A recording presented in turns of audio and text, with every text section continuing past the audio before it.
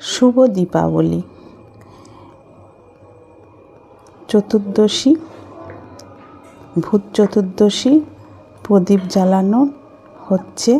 এখানে কালী পূজার আগের দিন 14 প্রদীপ দিয়ে জ্বালানো হয়। ঠাকুর ঘরে, প্রত্যেকটা ঘরের দরজায় লাগানো হয়, দেয়া হয় এই প্রদীপ, এবং সদর দরজায়, তুলসী মঞ্চের কাছে এই প্রত্যেকটা প্রদীপ জ্বালিয়ে একটা একটা করে সমস্ত জায়গায় দেয়া হয়, যাতে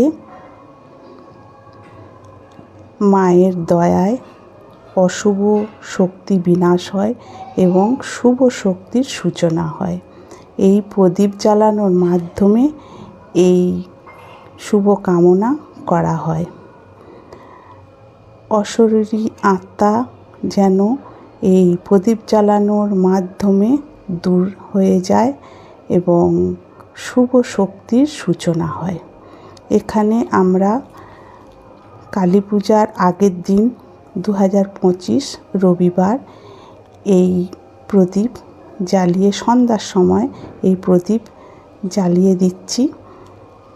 প্রত্যেকটা প্রদীপ আস্তে আস্তে জ্বালিয়ে নেব, নিয়ে ঘরের দরজায়, সদর দরজায়, তুলসী মঞ্চে, বিভিন্ন জায়গায় আমরা একটা একটা করে প্রদীপ বসিয়ে দেব।